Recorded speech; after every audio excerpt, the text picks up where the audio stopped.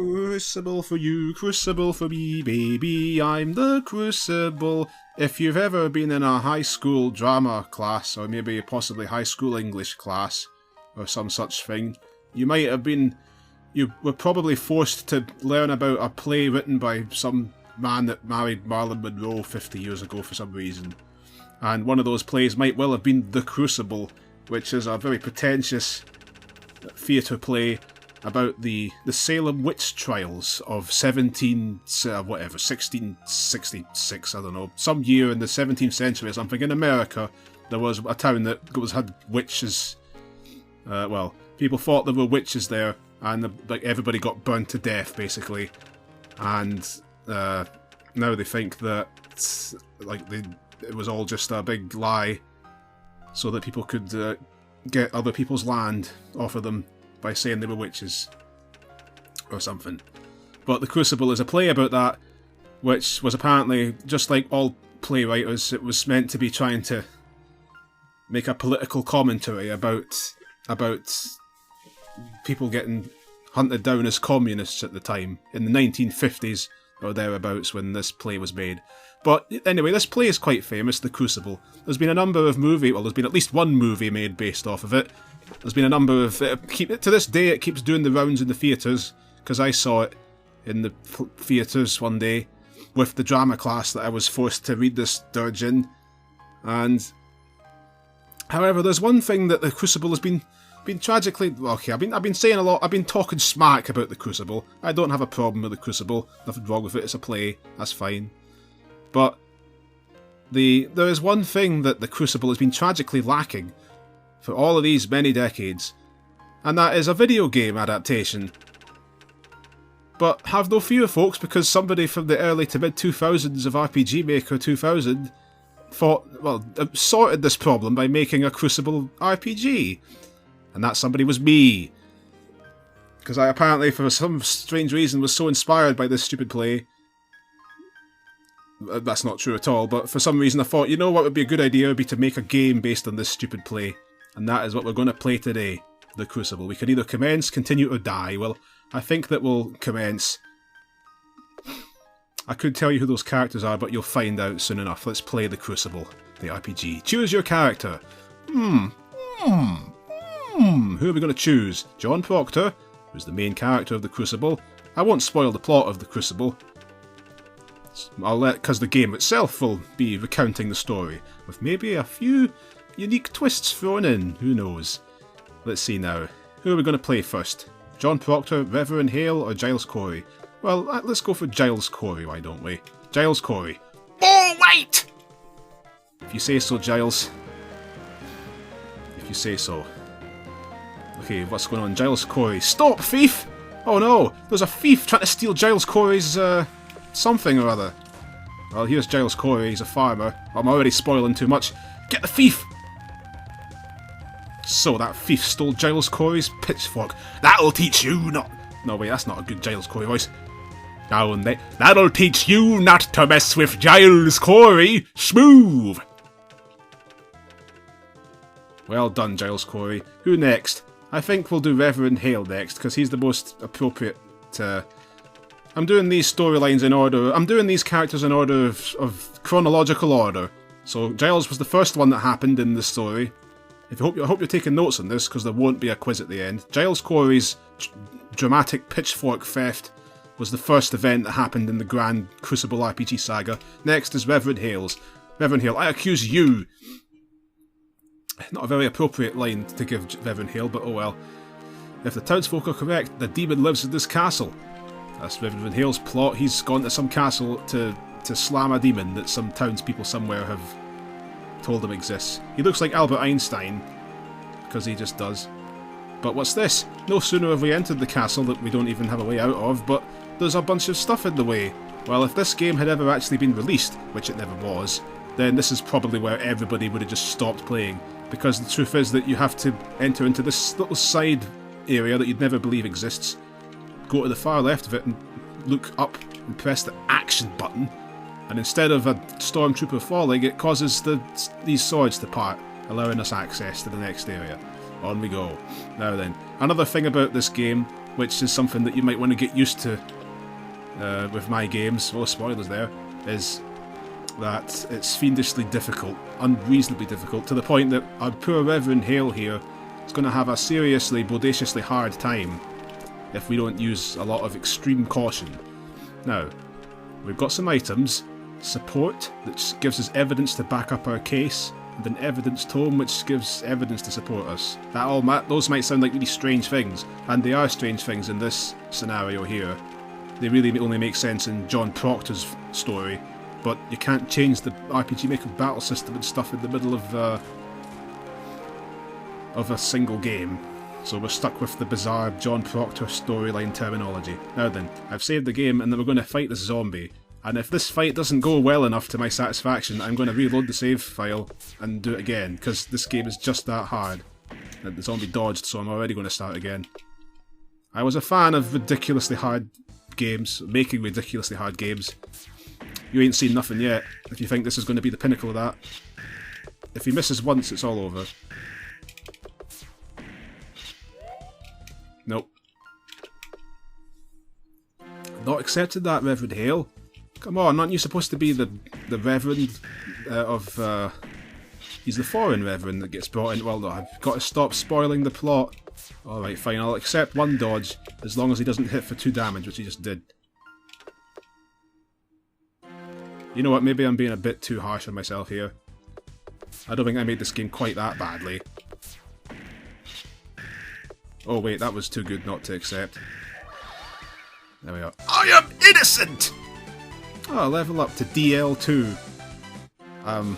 You know what, I think I've forgotten what these little abbreviations even stand for, actually. Good job, me. Alright, on to the next area. It's a ghost! Let's use our skill, delay sentence, P. I forget what that stands for as well. Oh wait, I think... no, I don't remember. Relieves sentence of a convicted person. It's translation that gives us more health. It said it gave us 6 more, but that clearly just gave us 4 more. Oh well. Ghost! Ghost! Ghost! Relaying 4th claims and DFs going down. What does it all mean? Stop dodging, you ghost! Postcode ghostery merchant. Jeez Louise! That wasn't good enough.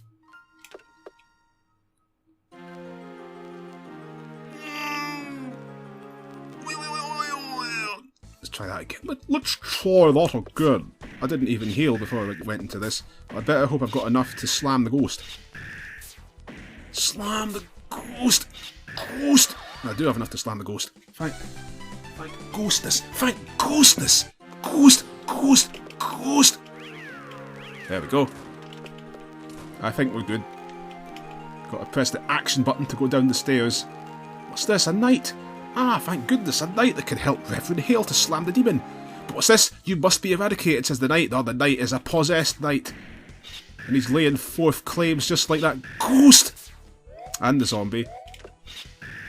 But luckily, I think that Reverend Hale has got what it takes, especially with that excellent defence that he just got.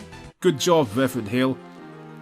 I must watch myself. Do the vile tricks of this demon ever end? They're American. They don't have an English accent. Not everything based like 400 years ago has to be English. I've got to remember that. And now we go into this place, which is suddenly it doesn't have the the walls supporting it anymore, and there's no map thing to go back. Not that there's a reason to. Okay, on to the next thing. There's no secrets. Oh, let us hope that I do not share the same fate as this poor soul. Okay, well he says something about the skeleton, but there's no items, which is all that matters. Okay, and now the epic thing up here. But what's this? Fool, I think I shall eradicate you. The demon. Very something. Very sign-making demon. The demon must be out on that balcony. I'd best prepare before confronting him. What luck, there was a shield behind that. And we'll equip that shield immediately for some more support. And while we're on the subject, we're in excellent shape here thanks to those two excellent defences we got earlier, but we're going to need a bit more. Let's use both of those evidence tomes and save those supports. I forget if the items carry over into the main game. I know that the equipment does, which means that shield is going to be still with Reverend Hale in the John Proctor version. story. And I said the main story, which I'm giving it away. John Proctor's is really the main thing. So, Evil Demon, the villagers were correct after all. You're actually a man with a cape and a stupid hat and a feather in it, and I think you ought to die. The demon doesn't even turn around. But that he's battling Reverend Hale. Time for the ultimate... Also, I just realised, I think I got fully healed there. So I didn't need to use those items. Maybe this game wasn't so hard as I thought it was. It looks like it fully heals you before this, so you don't even need to use the things. Oh no. The demon knows how to do it as well. That's okay. I think that Reverend Hale has got what it takes, just like I've been saying for the last who knows how long it's been now. Well, at least the fact that he's healing suggests that he's on his last ropes.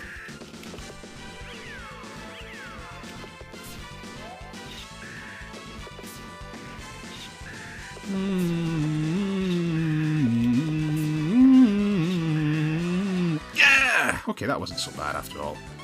78 defense experience. And that was the end of the Reverend Hale chapter. Now for the real thing. John Proctor with his famous cheesy line that he didn't even have any reason to say. John Proctor in his extremely dark house is about to head off for wood, as he tells his wife Elizabeth. Despite being a farmer, I don't know what he was going to do with that wood. Well, he's going to do some 17th century thing with that wood. Here we are, John Proctor, farmer. He's got nothing on him.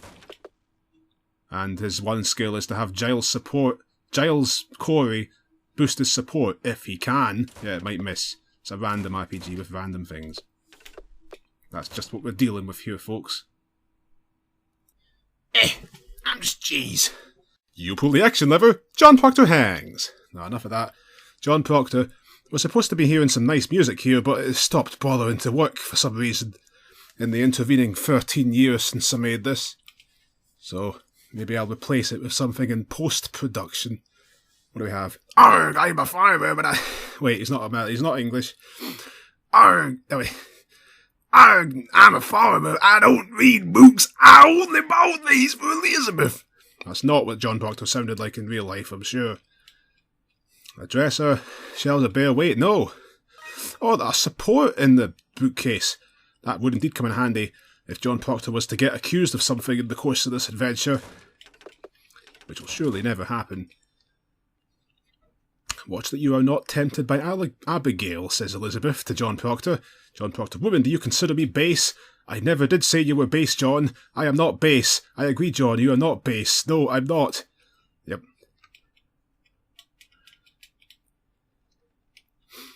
The baseness of John Proctor has been clarified. There's John Proctor's rifle, to use just in case there's any witches, but he doesn't think witches exist. He'd like to shoot Reverend Paris with it.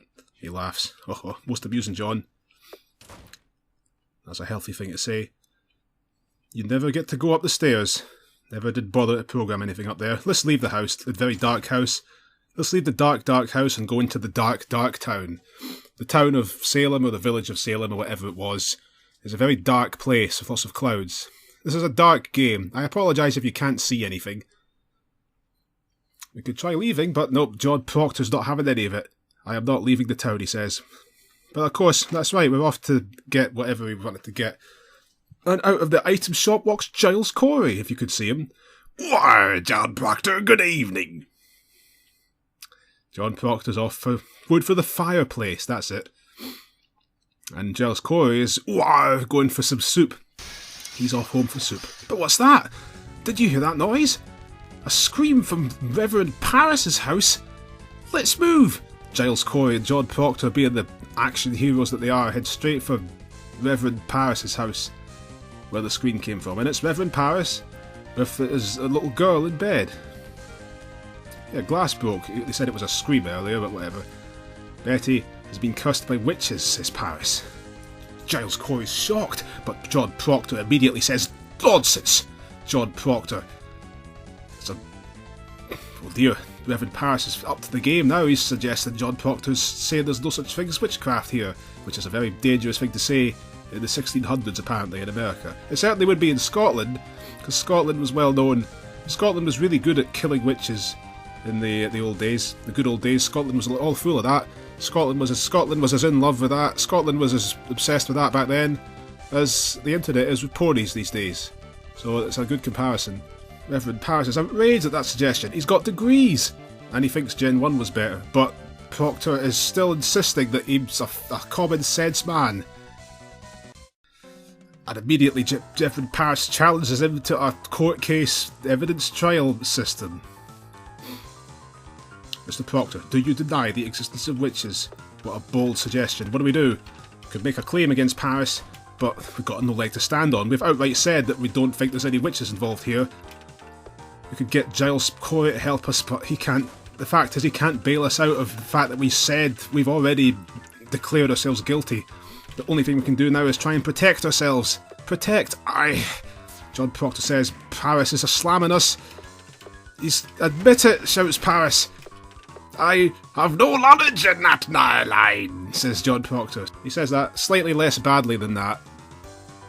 That was a bit of a flubbed delivery there, John Proctor. If this was a stage play version of this, the actor probably would have got fired for that one. I have no knowledge in that line. Oh dear. That's quite bad if he got flubbed for that. But at least Reverend Paris quits. Because John Proctor's acquitted himself amicably, he gets 10 defensive experience points and he gets 1 crown in compensation. Wait, 1 crown? I just realised it wasn't Britain. Why you? Whoa! Reverend Hale. Hey, my friends, what's up? Hey, my friends, what's up? Mr. Hale! Thank goodness you've arrived. Betty is bewitched.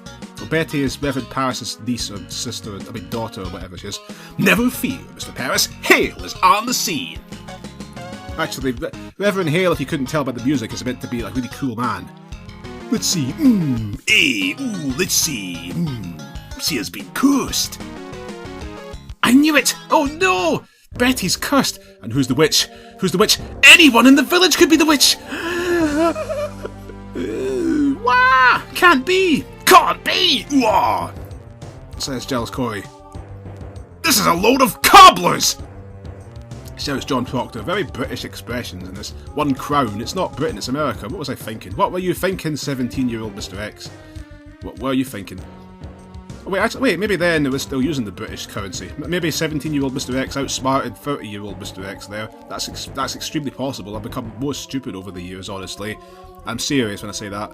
My name is John Proctor, a local farmer, and I refuse to believe that Betty has been cursed. Reverend Hale is just as shocked as Paris to think that John Proctor might think there's no witches involved in this cursement of Betty. Paris is very suspicious of John Proctor. He clearly wants Proctor's head in a noose. Just like all witches, but how do you explain that Abigail was dancing in the woods, shouts John Proctor. But Mr. Paris can't take that. Does he lie? Shouts Hale. Oh no! Hale's losing faith in Paris now. This is dreadful. I'm sorry, Mr. Paris, but this is very serious. Very serious indeed. I must perform an investigation of the whole village! Never! Never! Don't get in my way, Corey, unless you like nooses. I like that line. Proctor thinks that the village will go mad if Reverend Hale tries to start a witch hunt. But Hale is determined to seek out the person that's caused Betty to be cursed, no matter how many people get killed because of it. The devil is in Salem. The devil's responsible for witchcraft. The devil's responsible for all witchcraft and witches in the Crucible verse. Mr. Hale, please, shouts Giles Corey. But Hale is in a flash. Hale has disappeared. He's gone. There's nothing more we can do from here, Giles Corey, says John Proctor. He's got to head for home now. And that is indeed what John Proctor's going to do. He didn't get his wood that he was after, but he's just going to go home after that. That shocking incident has just thrown John Proctor's mind from the wood entirely. I'll tell John Proctor's wife what's happening, Reverend Paris. Proctor's still trying to reason with Paris to stop this hysteria about hunting down witches. Questioning all the villagers about whether they're the good, upstanding Christian postcode lottery merchants and stuff. Hale's going to turn Salem into madness. Stop it. but Paris just tells Proctor not to question Hale, because he knows what he's doing because he's an exorcist. There's Betty. Betty appears to be sick. Paris thinks he's bewitched. We all know what John Proctor thinks about that. There's a Bible. Paris is just fed up with John Proctor staring at all of his objects and tells him to leave. So alright, let's do that then. Down the stairs and... Abby? It's Abigail Williams! John Proctor just has a little conversation with her about how her Uncle Paris is brewing up witchcraft garbage. Abigail's unaware of that. But John Proctor knows that Abigail was the one that started suggesting that there was witches in Salem and they were causing Betty to be cursed. Even though Abigail was dancing in the woodland with people... I think she was dancing in the woods with Betty, and so that's the real reason why she's cursed. Spoilers for the Crucible, but there's no witches in Salem. It's all a bunch of hysteria. Well, admittedly, they never come out and say that in the play, I think, but I think it's supposed to be implied that everyone's just delusional about the witches. Abigail is like a 17-year-old girl in the play, but she was 11 in real life. So bear that in mind for the stuff that we're about to see right now. If you could even understand what on earth that's supposed to mean. Abigail asks John for a soft word. But John says that's done with. There's some stuff in this game, some lines are taken straight from the play, but some of them aren't. See if you can figure out which is which. Abigail has had a bit of a fling, a bit of a with John Proctor in the past, despite being 10 years old or something. And John obviously feels quite regretful of it. Abby's still trying to tempt John away from his old, bloated wife. He just can't deal with that, and he leaves. And off Abby goes up the stairs. And now we're about to head home, except we're not going to do that because we're not finished here. I'm so paranoid I keep saving my game. I'm like this in all RPGs though. If you've watched the RPG Maker Adventure series, you know that. I just can't stop saving. Okay, Harris is there. There's Abby. He's got nothing to say to John Proctor. We came back in here because there's some stuff here. You can look at that. There's a chest. There's an evidence tome. Yeah, why does Paris have an evidence tome?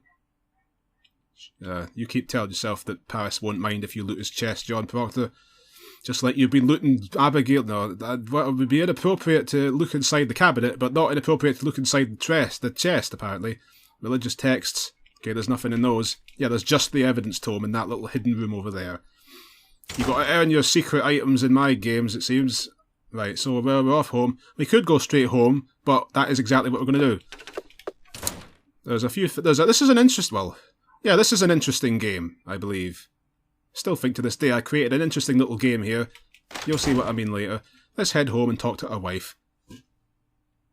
But that's right, there's nothing happy about this, because John, Reverends Hale and Paris are about heading off, knocking on all the doors in the village and interrogating everybody about whether they're possibly witches. So, and speak of the absence of devils, here's the Reverend Hale himself, come to do that exact thing to John Proctor and his wife. Oh yeah, that's right. Then this scene's based on a scene in the play where John Proctor picked up a rifle and he was about to go and do something with it, and Reverend Hale is a bit shocked he's holding it. But in this version, I forgot to have him actually pick up the rifle, which is still sitting in the top left of the room there. That 2 grey balls in front of a stick. But he's just cleaning it. Oh no! No, Hale didn't accept that! Reverend Hale, who's actually Cecil from Final Fantasy IV and the Opera House stage from Final Fantasy VI, is coming on us. But not like that. Mr. Proctor, do you intend to cause injury with that rifle? Let's see, what have we got here? Well, we can have Elizabeth vouch for us. Or Giles, but Giles is not present. We could have Giles Corey, barge in through the front door. We shout for him loud enough, I guess. Maybe Elizabeth can save us in this one. Elizabeth, help me out! Surely, Mr. Hale, he was just cleaning it! I swear, he meant no harm. Oh, that's alright then. Sorry. Yeah, did you see that? That was a context-specific skill there. That skill only appears in this battle. There's another thing you get in this. John Proctor's level 4 already. Wow, he's D level. I think it's defense level. And he's learned the Farmers Union skill. Sorry about that, Mr. Proctor. It's quite alright, Reverend Hale. Now please take a seat, Reverend. Take a seat, Reverend Hale. Ho ho ho! Sit down! Sit down! Sit down! Now, let's get started. Why have you come to our humble house, Mr. Hale? Your wife is... No, that's not his voice. What's Hale's voice? I was thinking of the fawns, but I don't actually know what the fawn sounds like, so I'll just stick with the first one. Your wife is mentioned in court, in the court. Impossible! It's just too big to be stolen! You cannot believe she is a witch! Of course not, you stupid fool. I just said she was mentioned. But, Mr. Proctor, I thought to put some questions as to the Christian character of this household! Why, we have no fear of questions here, sir. Good then. Let's get started. Oh, no, another battle. We haven't even had a chance to save and stuff. In the book of record that Mr. Paris keeps, I note that you are rarely in church on Sabbath day. Well, 26th time in 17 months! I must call that rare, sir. The question... How do you explain this?! Oh, we've got the Farmers' Union. I didn't know we had trade unions back then, but I did know that because I made this game. They're not going to... What good are women unions? This is Margaret Thatcher's 17th century America. Okay, we got 3 contextual options here. Why were we not in church? Because we forgot church was happening. Or we have had hard work on the farm, and my wife has been ill. Well, I doubt that either of those first 2 are correct. This third option is the truth, despite the fact it's not been mentioned at all in the game. So, option 3 we're going with. I demand an explanation! John Proctor countered that one and brings his wife's been ill claim defence. Yes, I've been told that. Oh, that's critically damaged Reverend Hale's case. Right, well, we've got the upper hand here. Now, here's a secret glitch. You can use that option 3 again, and it'll do even more damage to him. Oh, and kill him, actually. I didn't think it outright killed him. But yeah, it did. That wasn't supposed to work, but well, thanks to that little glitch, we got an easy fight. One of the few in this game. Yeah, so, Proctor's wife was ill, and we tended to her. But a Christian's got to be in church on Sundays at all costs. That's 1 point on the list! That's hardly fair, Proctor says. Shut up! We didn't say that in the original version of the play. I know that much. Now then, there's 3 children. John Proctor's got 3 kids. I see no crime in this! Oh? Despite the fact that only 2 of them have been baptized?! I have my reasons. What? Because you are the devil?! No, the truth is because John Proctor doesn't like Reverend Paris. He wouldn't have him baptizing his children. Now then, Mr. Proctor, that's quite enough. I agree wholeheartedly, Wait, no, I don't agree. No, Proctor's... Wait. No, Proctor's the good guy here. Reverend Paris... You're supposed to realise that Reverend Paris is a bit of a berk in the play. Whereas Reverend Hale isn't so much of a berk. He's sort of the... sort of a hero. Except that's not really rubbing off so clearly in this game so far. So things aren't looking terribly good for John Proctor in this conversation so far, you might have noticed.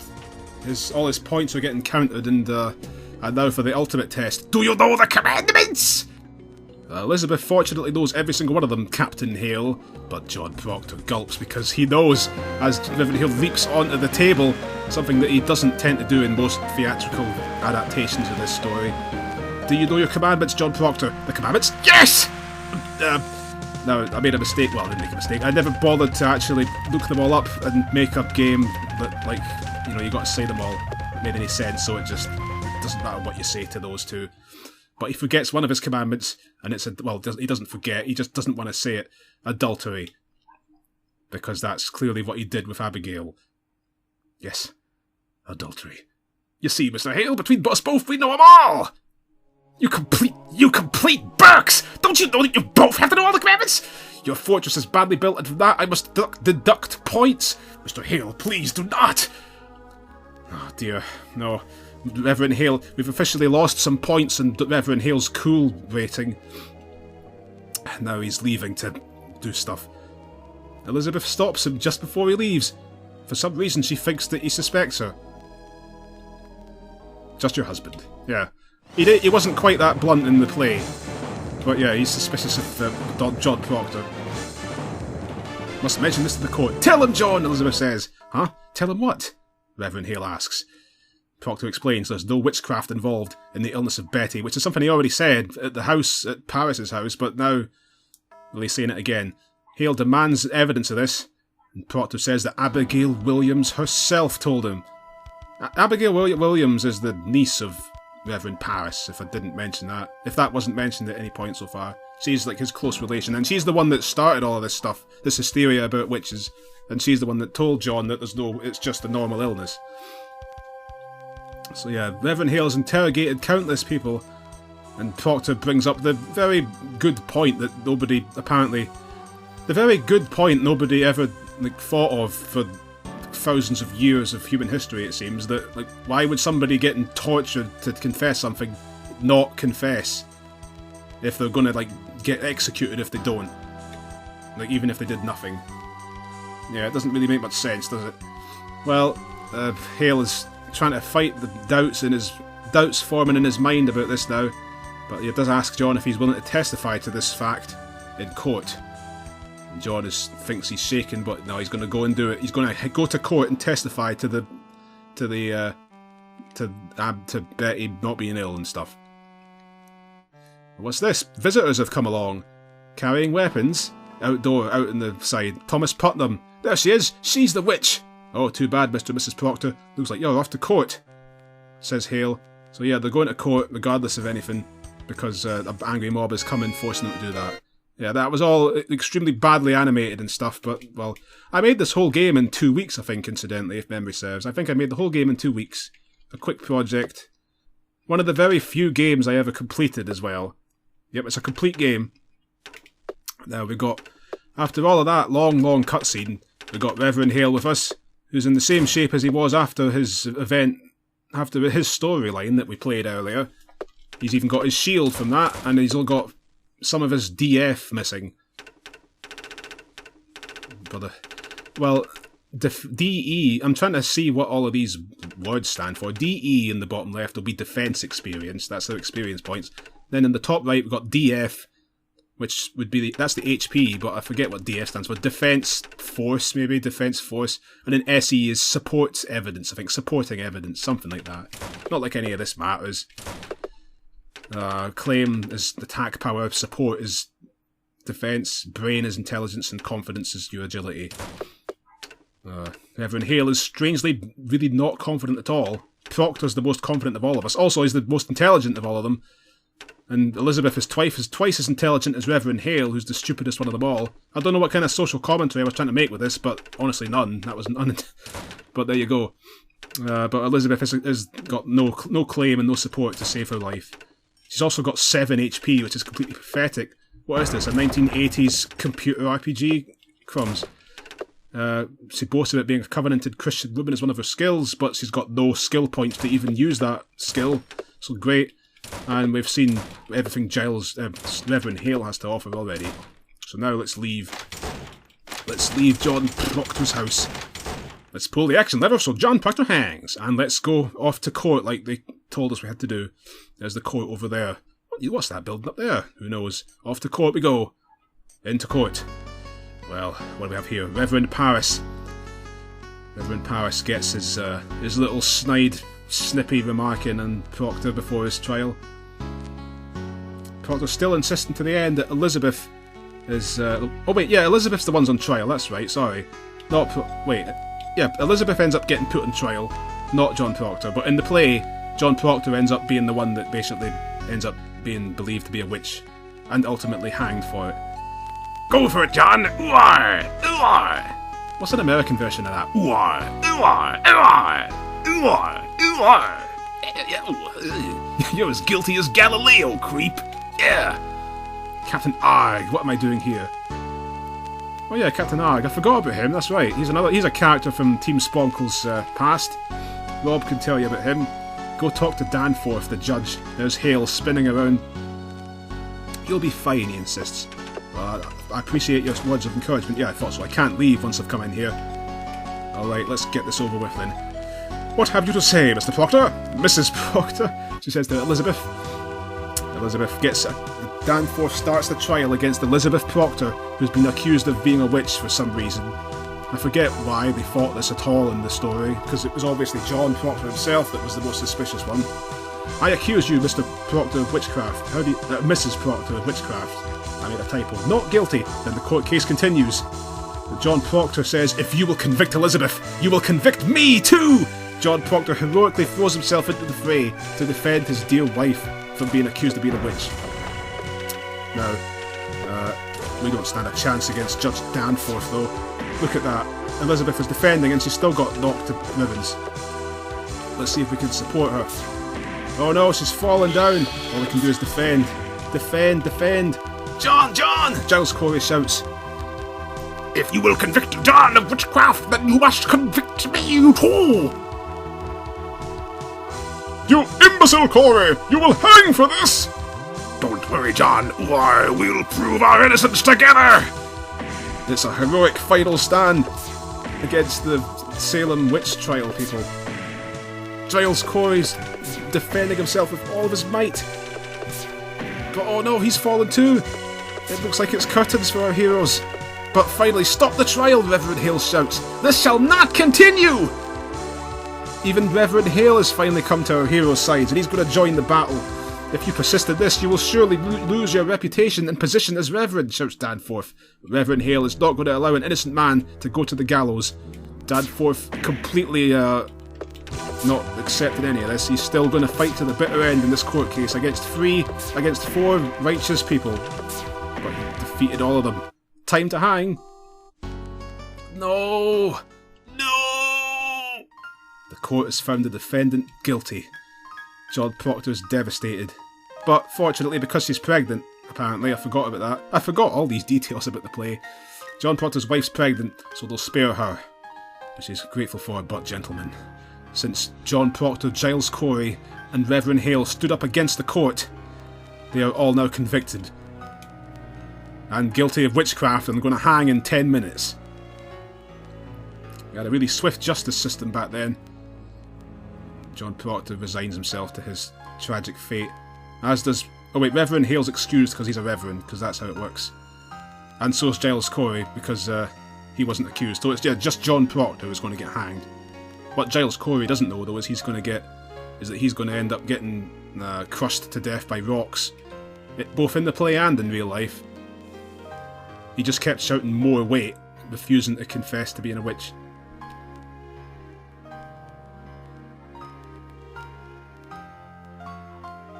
Yeah, Abigail, the truth comes out, I guess, in the play as well, that the one who accused John Proctor of being a witch in the first place was Abigail Williams herself.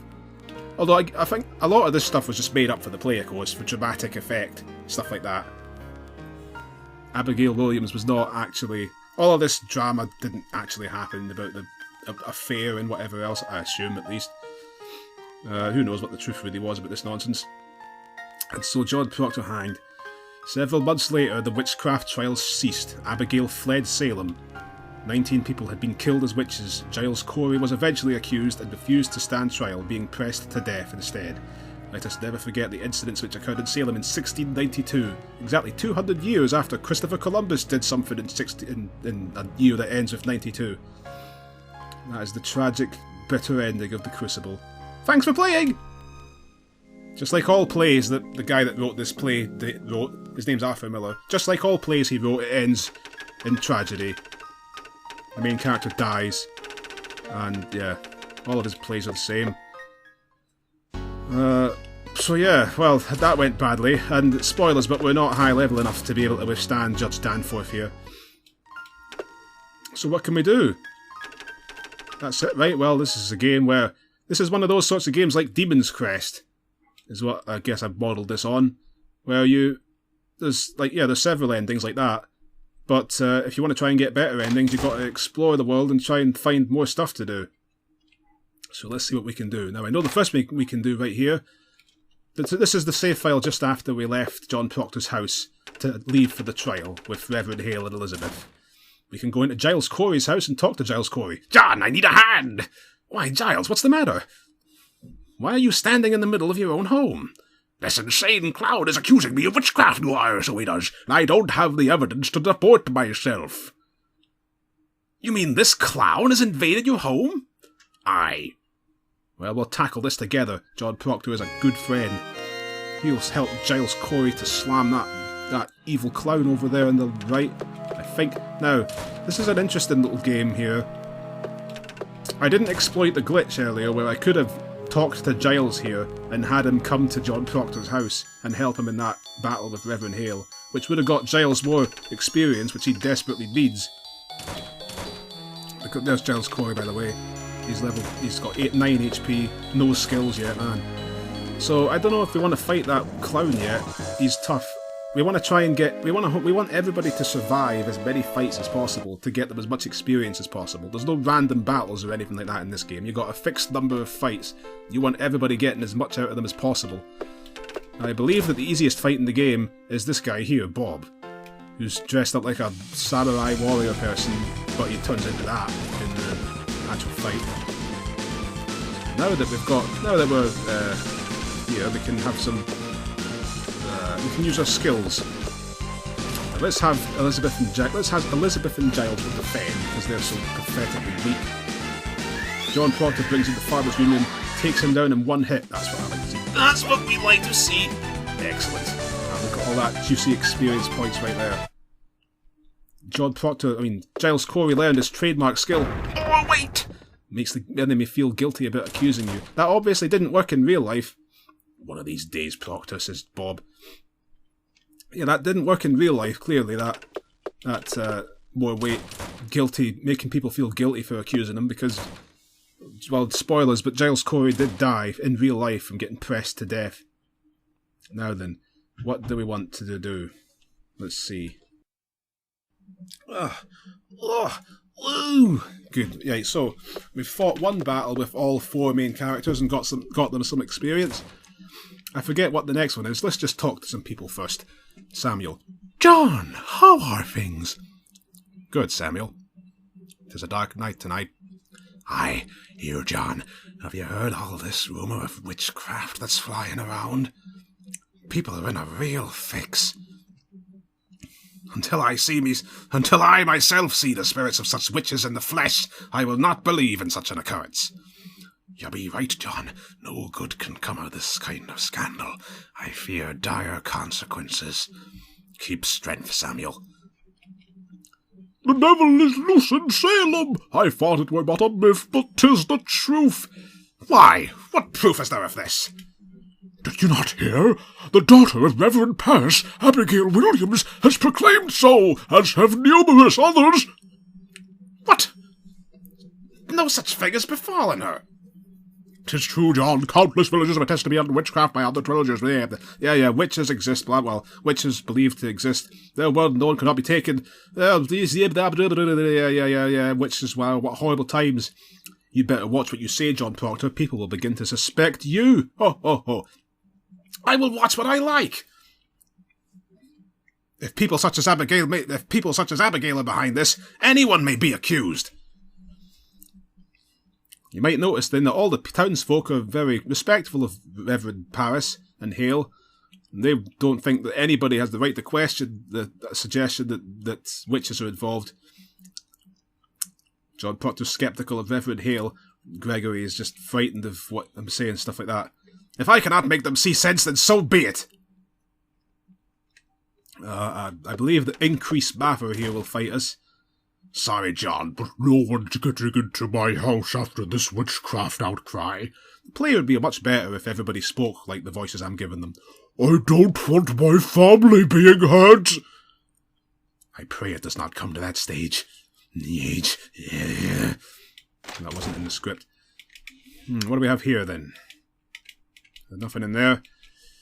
George Achenbach. Oh, wait, a lot of these names were taken from the play, like Increase Mather, but George Achenbach, I just made him up. He's playing the piano. Haven't you got farm work to be doing? What a berk. Girl's bored. I don't know how you feel, little girl. Oh yeah, Mr. Hale's with us, of course, so this old woman sees Mr. Hale barging into her house, and she immediately leaps to thinking, oh no, he's come to interrogate me for being a witch. But no, Reverend Hale is just taking Mr. Proctor and Elizabeth to court, and he's just sort of just chanced into this random house along the way. And Giles Corey's coming along to defend them.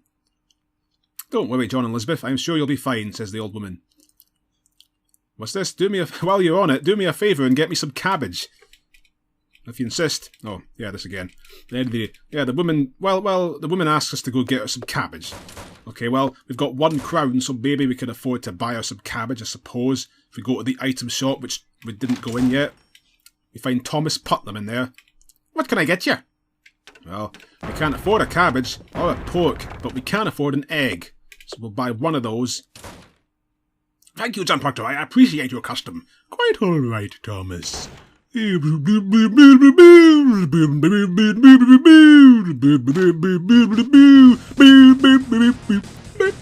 but look at this. We've got a maze of books to get through in order to get to that old man at the back of the room. The Harold Bunny series was apparently quite a popular one. Yeah, I agree, John Proctor. Who wants to read that? And then I didn't bother putting anything in for the rest of these. That's what you get for 2 weeks of programming. And when I say 2 weeks, of course, I mean like 2 weeks of evenings out of school.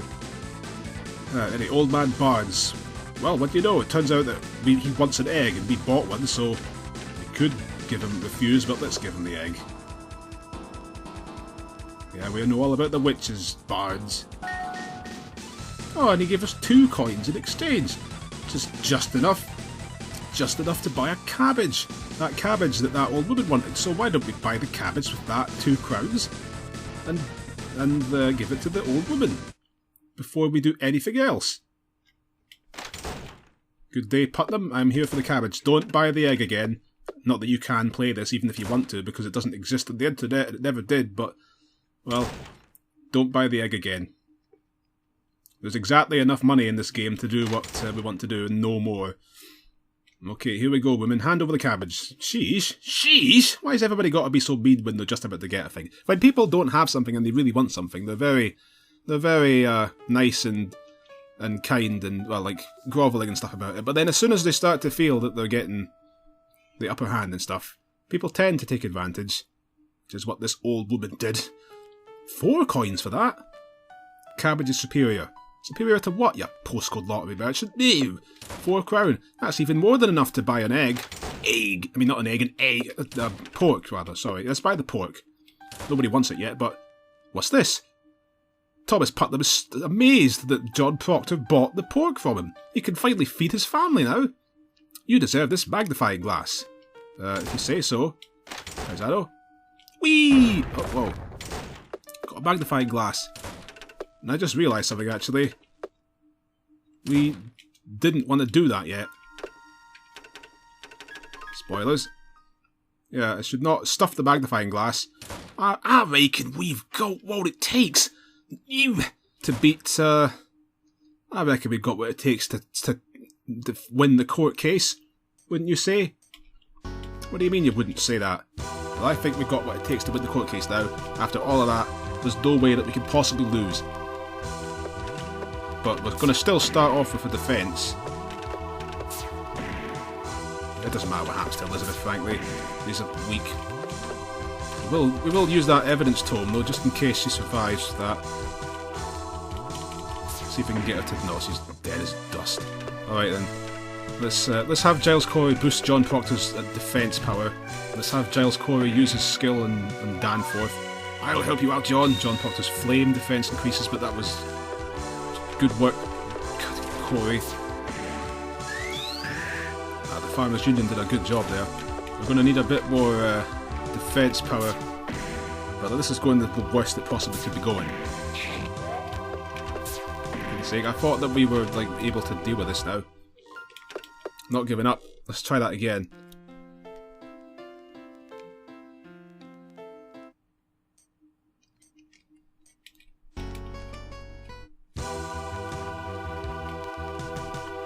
Let's try and just keep everybody alive until. Actually, no. Let's boost John Proctor's support again. That's more like it. And let's wait for Giles Corey to pop up. Wait. Did I fight? Oh, silly me! I loaded the wrong save file. actually, I just realised it doesn't matter what save file I used anyway. Let's go back to that. I was doing well there, and then I went and blew it for myself. Well, actually, we might as well have make herself faster. See if we can get that to work.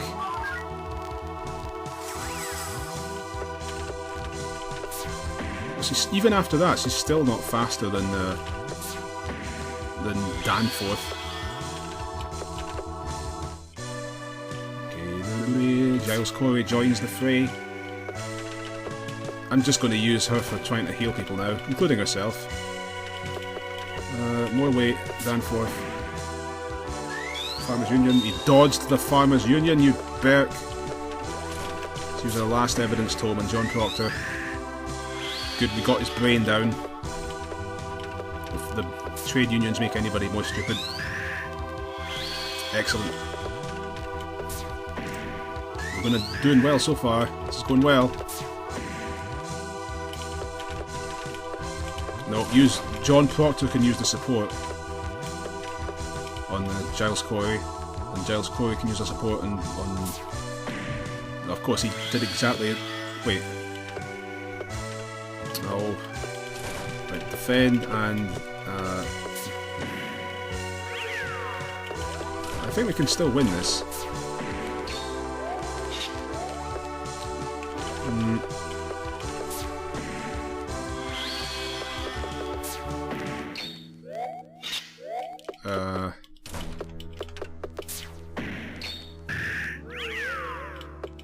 I'm glad that worked.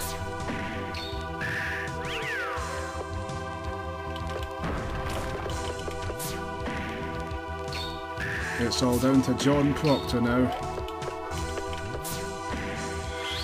Can he do it, folks? Does John Proctor have what it takes? For goodness sake, no, he doesn't. Right, I'll be back.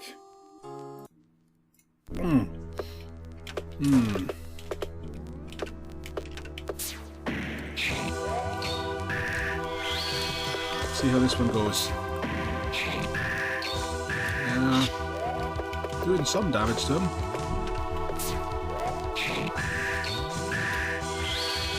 This fight is actually harder than I remembered it being. Now let's have Giles heal Reverend Hale. And see if that attack hit a non-defending Reverend Hale, toast for Mr. Hale. I mean Rev Hale. We won the court case. Everybody except Elizabeth levels up because Elizabeth's dead. Oh, Danforth comes to his senses. Oh, Danforth comes to his senses. Realises that because we just mopped the floor with him in that court case, none of us are guilty. All accusations discharged. Hooray! Says Paris, except for Proctor. Yeah, Paris hates Proctor. Elizabeth is really pleased. We've proven our innocence. You said it, John, but it's time I was back on the farm. Those pigs won't fail themselves. Won't they? Says Proctor. Ha ha ha. That's the joke. Not bad, but can you do better? Because you'll have to. Explore the game more. Maybe you'll progress further. Yeah, we won the court case. Got a happy ending, but it's not happy enough for the Crucible RPG standards. No, there's more we could have done. Right, now. We've got the magnifying glass. Yeah, we've got to do more. Got to explore more and find more things. And the start of that is going to have to be... slamming this clown right here. I think it's time to take down the clown. Mr. Proctor, I have some business with you. What business would that be? I don't like you at all, John Proctor, and so I will accuse you of witchcraft. What? I don't know you. This plan can never succeed. Oh yeah, in that case, we'll see about that. So the clown's evil all along. What a shock. Now we want everybody to survive, so let's have Elizabeth defend because she's pathetic. That didn't go terribly well. Elizabeth just does nothing but defend. God, I really wish he didn't dodge that. I'm going to restart this actually, because if we want everybody to survive, then we really can't let him defend even once. I mean, we can't let everyone at John Proctor's farmers' unions needs to succeed. There's simply no way around this. That's a good one. Yeah, I really didn't make the Farmers Union have a very good accuracy. Despite how important it is. What? Could it be? That was some bodacious damage from that clown. He took down John Proctor, the highest HP of them all, in 2 hits. Well, that's not... He's equally as high as Reverend Hale. They're both the highest. That's just how high they both are. Okay, another good Farmers Union. I'm not going to chance it this time with John Proctor. He's going to defend and Hale will heal him. And for that, Hale himself gets attacked. Hale better heal himself now. Elizabeth... I think if Elizabeth did attacks, he'd only do like 1 damage. And I'm serious. Hale heals Proctor. Yeah, good thing I did that. And the heal didn't even work. Alright, let's just go all out now. This is it. All or nothing. Excellent defense. 1. Come on. Come on. The luck's so good so far. Oh, but you got Elizabeth. Holy smokes. Why is this so hard? I don't think I realised how much of a beast I'd created. What the... Brother, that was insane.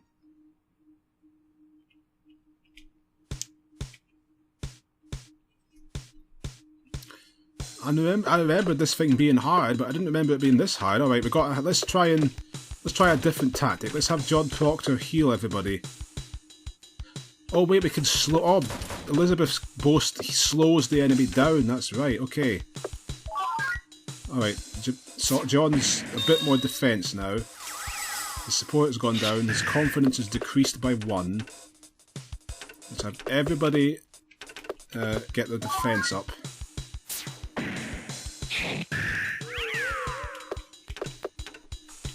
Really would have been better off using the...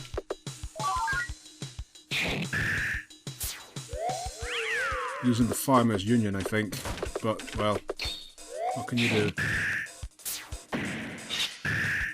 But yeah, I think the Farmers Union actually is more useful.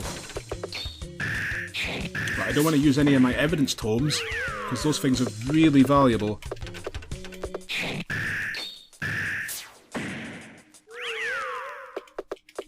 But yeah, this is going nowhere.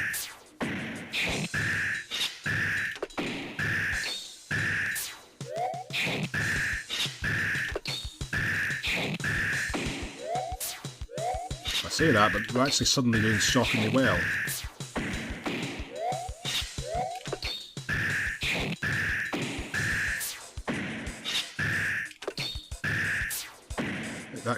Up until that point, this couldn't have been going better.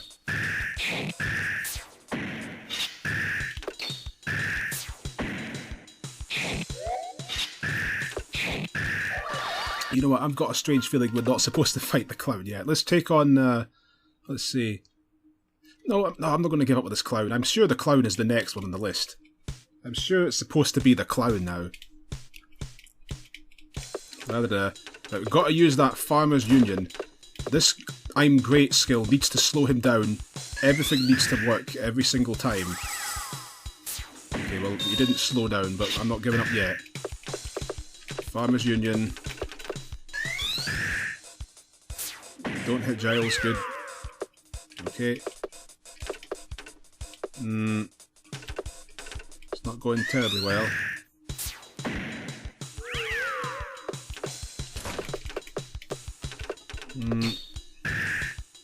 I really don't want to use any of the healing items. We've got to save those.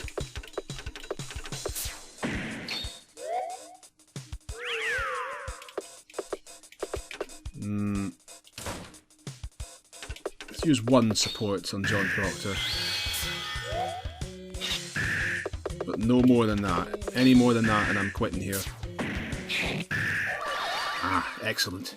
The taste of victory against the clown. Everybody's nicely levelling up. No, now I'm a witch! The clown lost, so he's a witch. You've done well to complete the secret challenge. Got an X coin, it has no meaning. You say so. Look at those juicy levels, and yet Elizabeth's just got 1 more HP after gaining 2 levels. I mean, 1 more DF, excuse me, terribly sorry for that one. Can't go into the church, not because buffoon Paris is, he's responsible for it. Paul Bernards. There's the grave of Paul Bernards. There's a whole bunch of Paul Bernards. There's a grave dedicated to Salem. Paul Bernards, Paul Bernards, Paul Bernards, Paul Bernards, Paul Bernards, and Susan. I think I just never bothered to rename the graves. Okay, we've talked to Barnes. We've got an X coin. What does that do? What's this? This man playing the piano has been looking for an X coin for years. What a shocking coincidence. What for, John asks. I don't know. These coins should work with the piano. Ah, there we go. Pick a song, Proctor. Theme of Hail? What a strange tune. Yeah, strange indeed. That is indeed a strange... Yeah, for somebody hearing that tune in the 17th century America would probably think it was a little strange. Hanging of Proctor. Rather depressing. Yeah, depressing is certainly right. And beginning. Ah, no, this is nice. What's this? Because we played that specific tune, a silver thing pops out of the piano. The silver monocle. It's an eyepiece, but why? Why? Jeez, I don't know. Why? What tune do you want to play, John? Question marks. What on earth could that possibly be? Strange, isn't it? No one's getting in the house of increased math, or doesn't have his family. Okay, we've bought everything at the shop. We've done everything except go to Paris's house. Go to the house that John Proctor does not want to go to. Reverend Paris himself. Abigail does not like seeing Elizabeth. Excuse me. And she immediately challenges her to a witch hunt accusation. You're an evil old woman, Elizabeth, and your spirit is trying to kill me. Oh yeah, there's a lot of talk about spirits trying to kill people. Like people's spirits trying to kill whatever. In the story itself, Abigail is accused of having her spirit try to kill somebody. It's really quite strange. But she's gone too far for John Proctor this time. Reverend Hale also doesn't trust Abigail Williams now after seeing her green-skinned self. Elizabeth's clearly innocent. Giles Corey joins in. Alright, now then. This is a tough one. So, well, the Farmers' Union is very important. And so is slowing her down. More weighting her.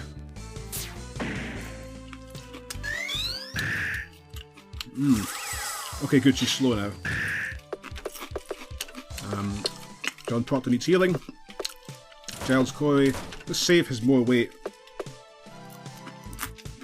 Save his more weight because Reverend Paris naturally joins to save his daughter from the accusations.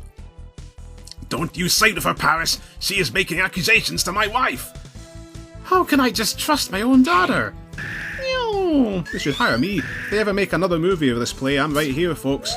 Just bring me on. I'll do everybody's voice. Well, let's try and take out... let's try and slam Elizabeth as fast as possible. I mean, Abigail. Let's get Abigail out of the picture. And let's also more weight Paris. A lot of strategy in this game. Right, let's lower his defense. Good. Let's take... Good, Abigail's dead. Right, this is going as well as I could ask for. I'm not taking any chances, though. I'm not going to take risks now. Heal. Everybody that is in any danger of dying in one hit, I'm going to have them defend. And have Paris heal them. Yeah, Giles Corey. I hate it when the heals fail. What was I thinking, making that have a chance to fail? Brother. Okay, everybody's okay. I never have Elizabeth attack. She's just worthless for that. All she's good for is soaking up hits and lowering their speed, just like women in real life. Oh, no. I really hope everybody understands that that was a joke. Ugh. Although then again, well, back in the day when this play is based, that was what women were considered to be good for. Back in the old days. It's true what your parents say, kids. Back in the old days, women really did just have miserable, boring lives. I suppose maybe the men did that much better. But at least they had more freedom. And weren't just stuck in the house all day. And generally being disrespected. Proctor won the accusation case against Abigail in Paris, but Paris orders him to get out of his house for that. Oh, look at that. John Proctor's maximum level now.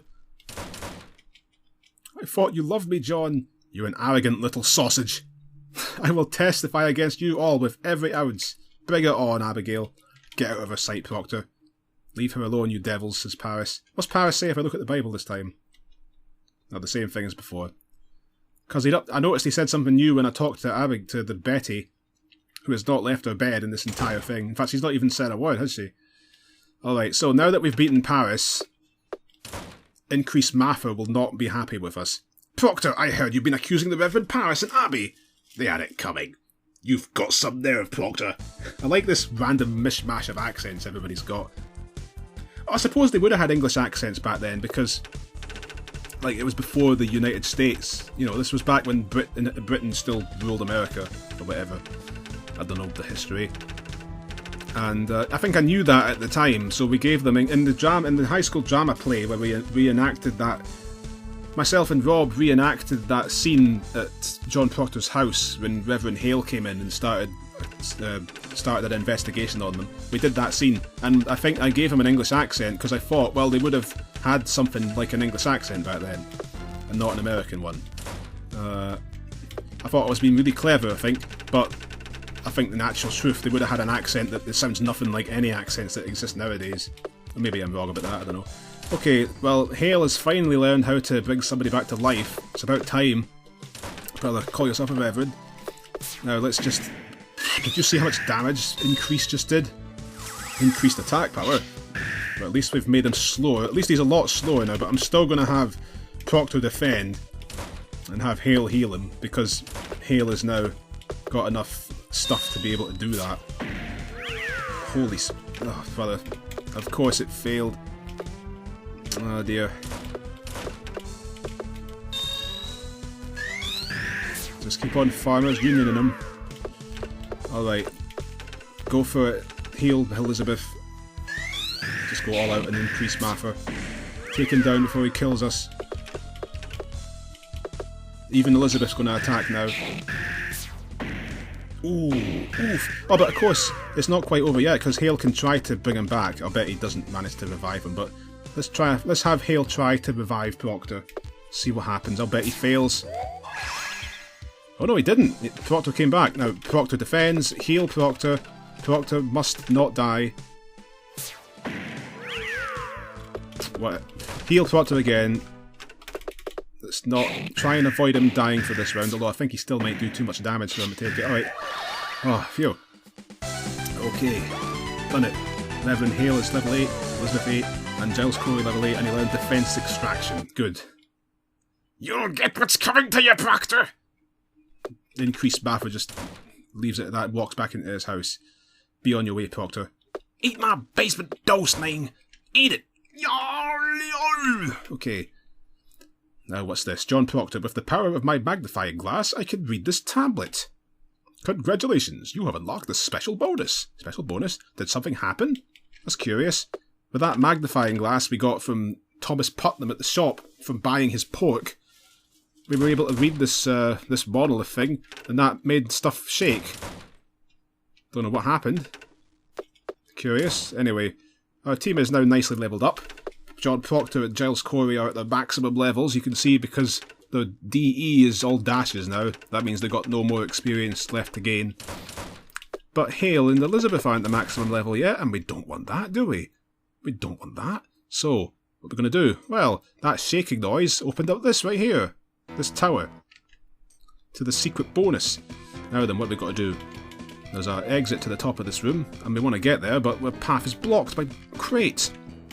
And we can't even push the crates. Well, fortunately, because I made this, I know there's secret passages in the sides of the room that we have to find, and then press the arrow buttons all over the place on the side until we get out through here. Ew!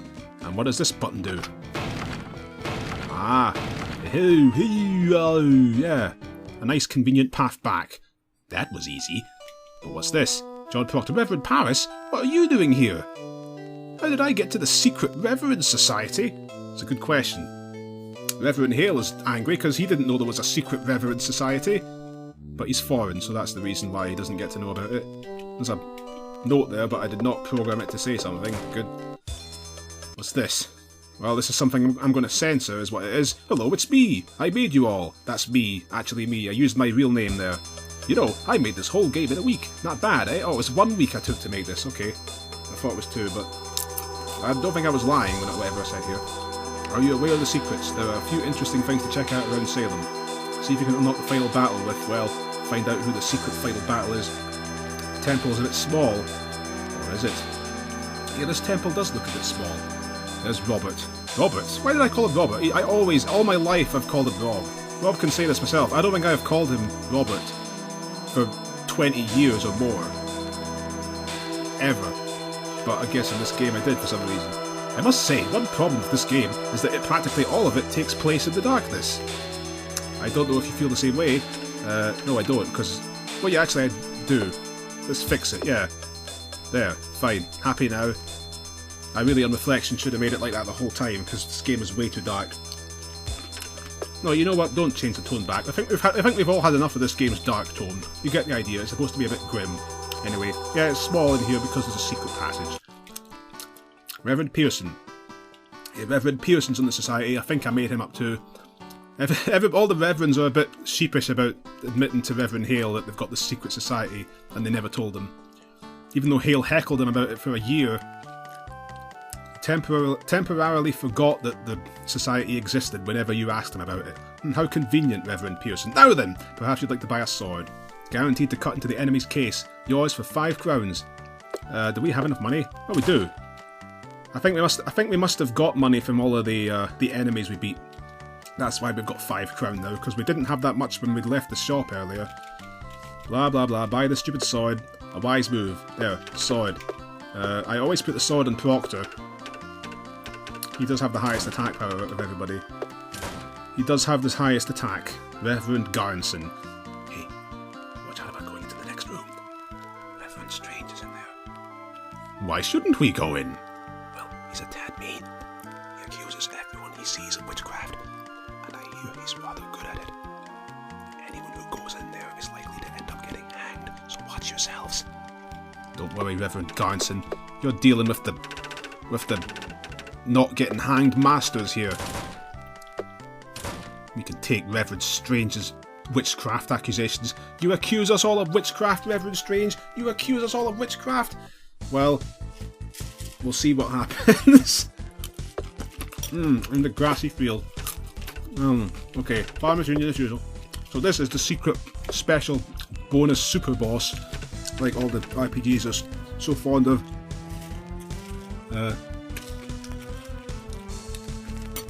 So, let's see if we can do something about it. Reverend Hale is the healer of the group. I never bothered to mention this, but he's the healer. All his skills are healing. But he can attack too. Although you really want to preserve him. Actually, I'm going to have him defend. You really want him to be, because he needs to survive long enough to heal everybody else until he's out of MP, and then he's useless. Slow him down with Elizabeth. Defense extraction absorbs some defense, which is good, but it uses up 2 things. Oh, also it heals Giles, so actually we're going to have him do more weight first. First attack from the enemy is at John Proctor, and he takes that like a champ. Alright, everything went well there. Let's use the Farmers Union again. Heal Actually, let's defend with Proctor. Heal Proctor. Elizabeth can try and slow him down again, and I'm not using defense extraction with Giles until he's been damaged. Okay, well, Elizabeth's thing didn't work. Alright, now Farmers Union again. Heal Giles, and Giles uses defense. Wait, I shouldn't have healed Giles because he used defense. Oh wait, well, it all worked out. Giles used defense extraction and got some HP back, and then the Reverend Strange attacked him, but then Reverend Hale used his healing on him, so wonderful. That went perfectly. Look at that, we're all in maximum health. It's nice when things go well. Elizabeth, we're going to defend. Farmers Union, getting down this guy's brain. Not that the brain... I don't think brain does anything. I think the heroes are the only ones that use skills. Didn't think this stuff through. It's good to have the sword on John Proctor as well, because it increases his attack power, and he's the only one in the group with an attack skill. Well, that's not true. Giles Corey had that absorb thing. But the absorb thing did a lot of damage, actually, I noticed. Like, more than anything else in the game. Excellent defense. That's what we like to see. It's not terribly important to have everybody alive at the end of the fight now. Because spoilers, but we can repeat this battle if we want, as many times as we want to. And we could also get as many swords as we want. Which I've never done before. I've never exploited that when I played this myself. But you could just keep on fighting him again to get more swords. A sword for everybody in the party. Oh wait, maybe I'm wrong actually, because he didn't give us any money. He got a pair of... Oh, it's shoes, that's right, he gives you a pair of shoes every fight. My, you lot put up a good case. I'm quite impressed, and I'd have to say you're the best people in existence. How nice of you, Reverend Strange. Don't talk to him again though, because he'll attack you immediately. Shoes. Yeah! Shoes. Yeah! Yeah! Excellent. It increases our speed by 1. Yeah, okay, it's not very much, but it's something. Let's put that on Hale, he's the slowest.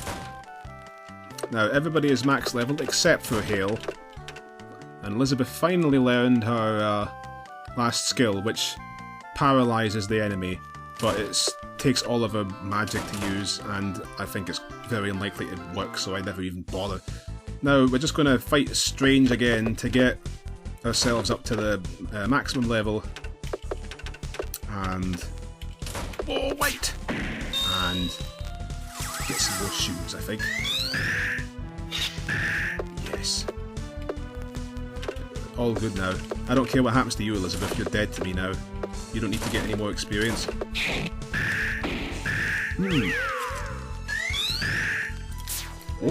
Oh, yeah. Yep, everything's fine here. Oh, look, Elizabeth did something there.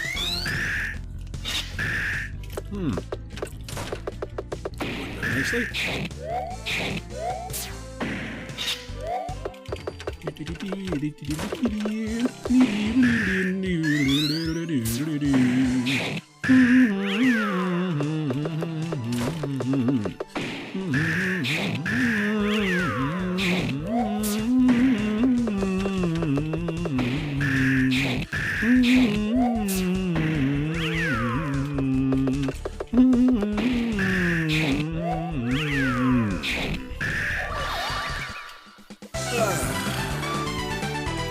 Reverend Hale level 10. Good. Right. Get the shoes on Proctor. That's it. That's it. Everybody is as high as they can be. I could get more shoes, but no. Let's not do that. Ah, how bright everything is now. This is how it should have been from the start. Well, oh, it's still kind of dark in here, but not as dark. I mean, I think that I did like the darkness. It helped the atmosphere of this stupid little laughable game. But I don't think it shouldn't have been quite as dark. I think I'd admit that. Okay, now, into the final battle. With a magnifying glass and our mysterious silver monocle that came out of that piano, remember? What could that possibly be for? Why, indeed? Why? Well, let's see if we find out why in this. The final onslaught against Judge Danforth.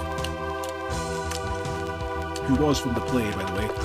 Everybody is the highest level they can be. They've got all the killer equipment and all of that. They've been at the Golden Saucer for 60 hours. And they're ready for Judge Danforth.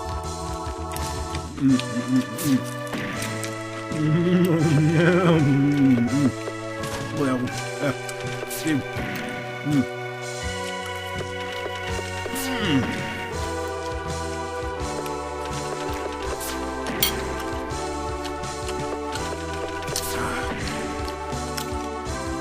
I wonder if anybody was eating cornflakes in the trials in Salem. Probably not. I'm going to use a support on Elizabeth because I don't like her HP there.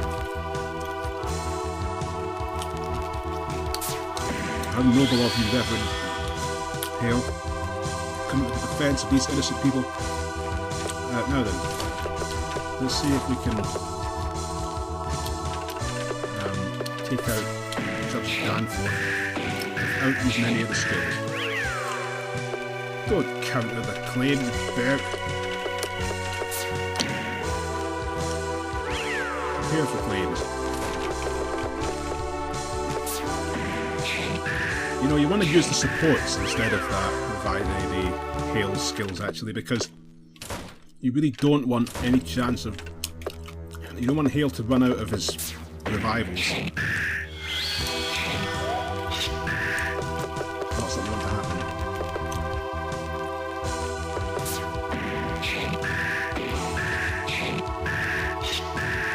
I think we got him on the ropes. On the ropes. Just dance over the ropes. Thank goodness you dodged that, Giles Corey. He dodged all. The Bert dodged it all. Whatever's going on here? He's dodging everything. Is the camera getting this? Ah, that made up for it though. Got 2 crown. And we've won, but what's this? Something new's happening this time. Is that the silver monocle? What? That is said to summon the devil himself? Natas? Oh. Hey, what? Whoa! Whoa! Whoa! What an emphasis! In the sky, with glass, with clouds. Who's that standing there? Welcome. To die! Who's this? Fine upstanding citizen. Oh, of course, it's a Punch and Judy show. No, yeah, that's right. That's the secret. That's the secret. The true secret behind Arthur Miller's Crucible. It was just a reenactment of Punch and Judy in America. Right down to the final boss being none other than the grand spackerer of Nicolas Cage. And, yeah. Go, blimey! It's the devil!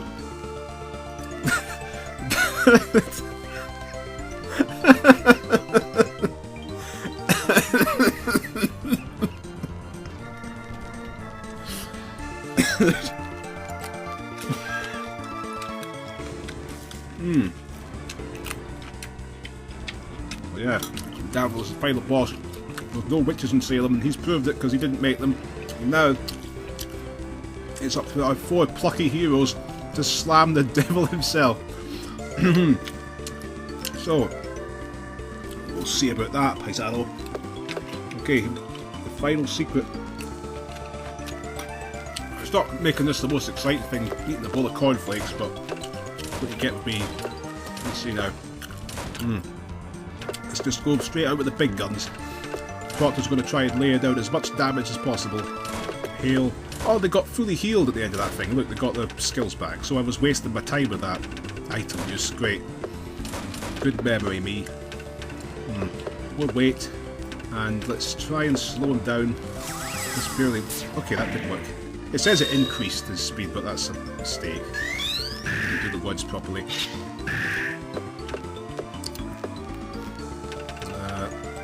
Let's see. Heal John. As usual, Giles will not use his super happy fun time skill unless he's been hurt. So he's going shockingly well so far. Almost suspiciously well, even. Excellent defense.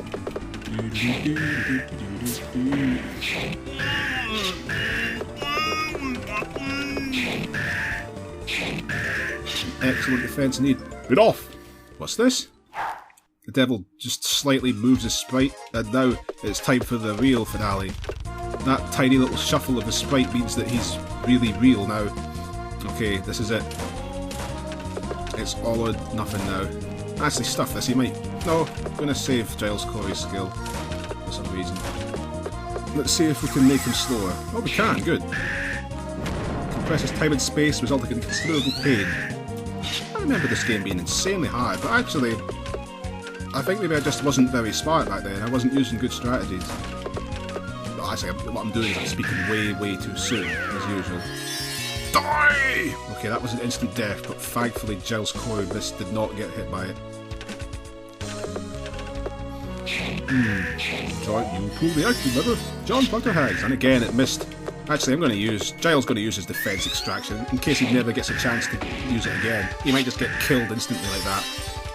He's doing nothing but the instant death attacks. But he's not had any chance yet. The devil's no match for 2 farmers and a couple of other random schmucks from early settler colonial era America. We all know it. Elizabeth, you'll take your counter of your healing court case, claim, evidence, support, or whatever it was. You'll like it. Great going, Giles. Well, you know, let's give John Proctor some evidence back. Of the one evidence claim we've had this entire game. And let's have him use his super rondo battle thing. Use the supports. Get rid of the devil's brain. He flames himself for some health. That probably means he's weak. On the ropes, Elizabeth can heal her dear beloved husband. Again, the flames. No match for us. The claim just failed there. I think we've got this in the bag now. I think he's toast. I think that Captain Thunder Basement Radiators is going down. Come on, Thunder Basement Radiators. Yeah! Yeah, that was easy. I remember having a really hard time with that, and I made this game back in the day. That support was useless there. Grag.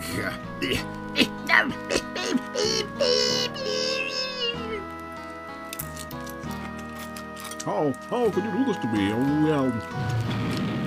All I wanted to do was suck some blood, no! And with that, our heroes are back in the court. What's that?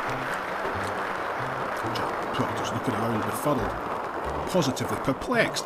And so, with the defeat of the DL at the hands of John/Elizabeth Proctor, Giles Corey, and Reverend Hale, the witchcraft outcry stopped.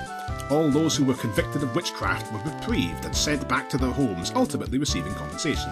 The people realised that there were no witches and their fears left them. But how long can it be before it happens again? We'll have to wait until 1950s America to find out. Stay tuned, gang, for part 2, McCarthyism, the RPG. Yeah, that sadly never came out. Also, that was a joke. I never intended to make that. And I don't know where I would even start. However, for beating Reverend Strange, you receive a bonus. All the characters in the Crucible existed. Find out more about the witchcraft trials by searching for Salem Witch Trials on a search engine. And of course, special thanks to Arthur Miller for writing his play.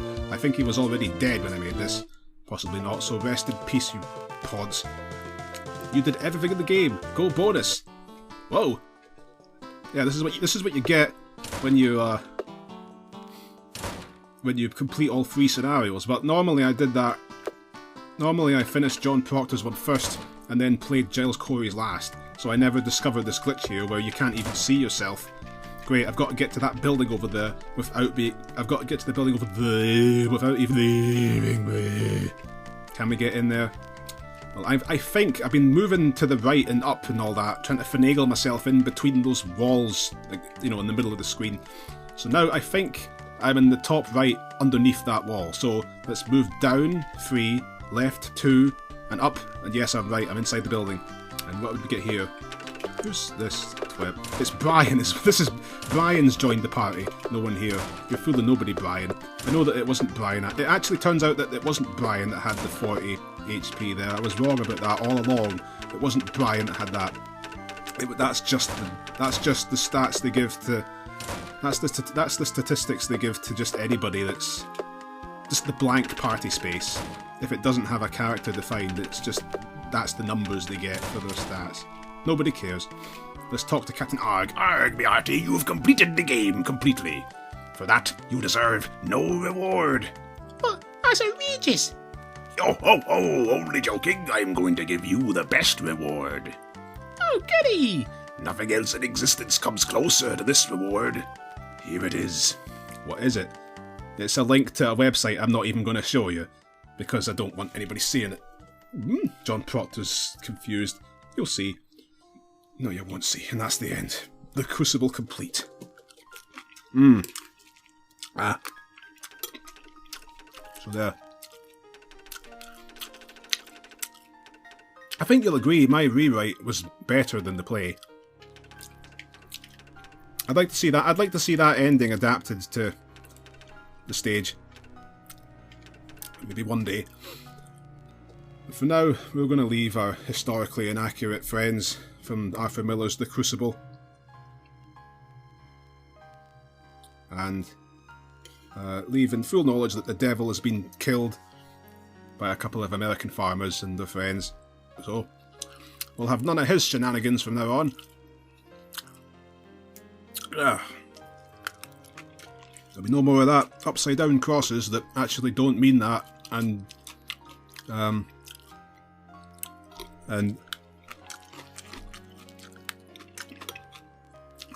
whatever else, just end. Cheery!